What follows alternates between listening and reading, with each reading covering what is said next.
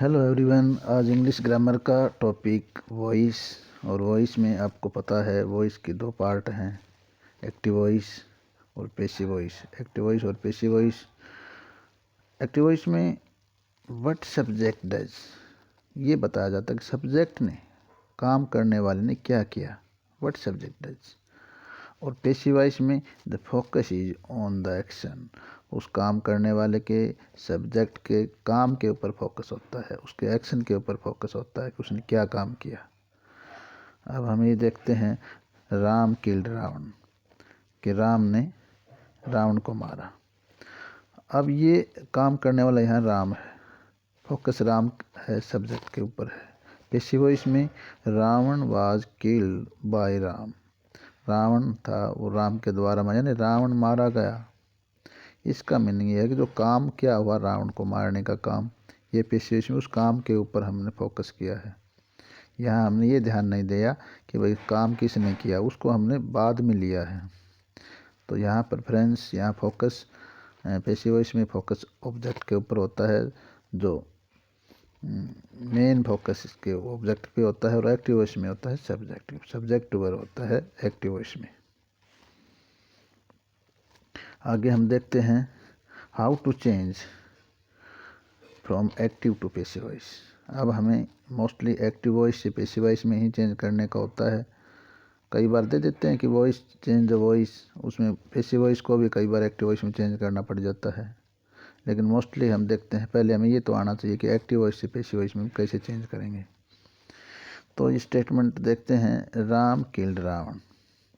अब एग्जाम्पल वही है, राम किल्ड रावण। राम इसमें सब्जेक्ट है, काम करने वाला है, डूअर है।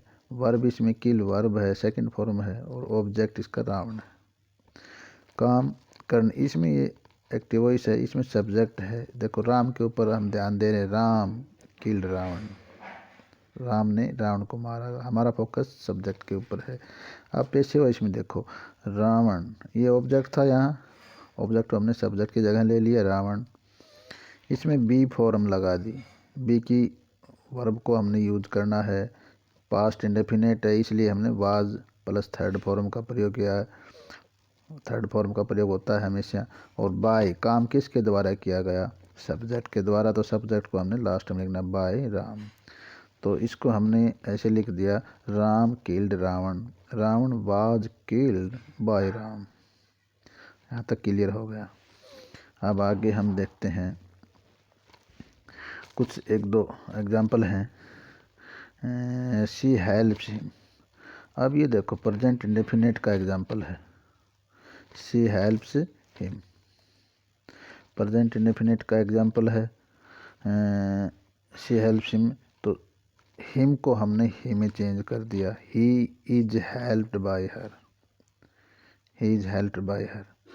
अब इसमें क्या है, ही इज हेल्प्ड बाय हर। अब हमने सब्जेक्ट था उसको ऑब्जेक्ट में लगा दिया, ऑब्जेक्ट है उसको हमने सब्जेक्ट में चेंज कर दिया, बी फॉर्म लगा दी और थर्ड फॉर्म लगा दी। बी फॉर्म का प्रयोग करते हैं, थर्ड फॉर्म का प्रयोग करते हैं। अब इसको हमने बना दिया, he is helped by her. Next देखते हैं, I am buying a pen, I am buying a pen. अब ये देखो कौन सा टेंस है, ये टेंस हमने देखा कि प्रेजेंट कंटिन्यूस है। अब प्रेजेंट कंटिन्यूस को हमने, प्रेजेंट कंटिन्यूस में जो इज एम आर होते हैं, वो इज एम आर सब्जेक्ट के अनुसार जो इज लगेगा इज लगा देंगे, एम होगा तो एम के हिसाब से, और आर लगेगा तो आम। ये हमने देखना सब्जेक्ट के हिसाब से वो इज एम आर में से कौन सा लेता है, कौन सी हेल्पिंग वर्ब मांगता है, उसके साथ बी फॉर्म लगानी है। और इसमें जो आईएनजी है वो बी के साथ लग जाएगी, थर्ड फॉर्म हो जाएगी। और बाय जो सब्जेक्ट है, या बीच में सब्जेक्ट आई था, इसको हमने सब्जेक्ट ऑब्जेक्ट में बदल दिया, आई को मी में चेंज कर दिया। A pen is being bought, buy की third form bought by me. Next है, he has to teach us, he has to teach us. अब देखो ये हैज़ टू टीच अस।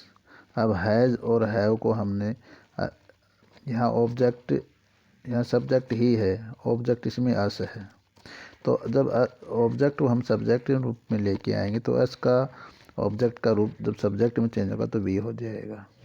अब यहाँ वी के साथ हम हैज नहीं लगा सकते, वी के साथ हैव आता है, तो हम वी हैव टू, और टू के साथ बी फॉर्म लगाएंगे, थर्ड फॉर्म लगाएंगे, टीच की थर्ड फॉर्म हो जाएगी, we have to be taught by him, by him. अब ये हिम आ गया, ही का सब्जेक्ट था ही, इसको हमने ऑब्जेक्ट में हिम बना दिया। आगे इसमें है समवन इज फॉलोइंग अस, कोई हमारा पीछा कर रहा है, प्रेजेंट कंटिन्यूस है। तो अस, यहाँ अस है ये बेटा, यहाँ के ऊपर ऑब्जेक्ट है अस, हमने इसको सब्जेक्ट में बदलना है, अस को हमने वी सब्जेक्ट बना लिया। ठीक है, वी के साथ इज लगता नहीं है, वी के साथ आर लगेगा, वी आर। और चाहे तो यूँ समझ लो कि प्रेजेंट कंटिन्यूस में बीइंग लगता है पहली फॉर्म, यानी कि हेल्पिंग वर्ब के साथ तुरंत बाद बीइंग लगता है, या यूँ लगा लो वी प्लस बी की फॉर्म है वी आर, और इसमें बी, जो बी फॉर्म होती है उसके साथ आईएनजी लग जाती है, और वर्ब की थर्ड फॉर्म फॉलो, जो थर्ड फॉर्म है अब ये फॉलोड हो जाएगा, वी आर बीइंग फॉलोड। अब तुम ये कहोगे सर यहाँ पे बाय समवन क्यों नहीं आया, ये मैं आगे बताऊँगा। कुछ जो सब्जेक्ट होते हैं, जो वेग सब्जेक्ट होते हैं, जिनको जो क्लियर नहीं होते हैं, यानी समवन ये पता नहीं है कि है कौन, समवन है, वी है, और कई ऐसे सब्जेक्ट हैं जिनको नबडी है, आगे मैं अगले में बताऊंगा, वो उनको हमने लास्ट में नहीं लगाना ऑब्जेक्ट के रूप में, ज़रूरत नहीं है। अब इसका एक फॉर्मूला दिया गया, एक्टिव में जो subject plus verb plus object होता है, तो पैसिव में हम ऑब्जेक्ट प्लस बी की फॉर्म, यानी कि जैम आर वाज वर्ब वगैरह, और वर्ब की थर्ड फॉर्म और बाय सब्जेक्ट, ये हमने फार्मूला भी बता दिया। आगे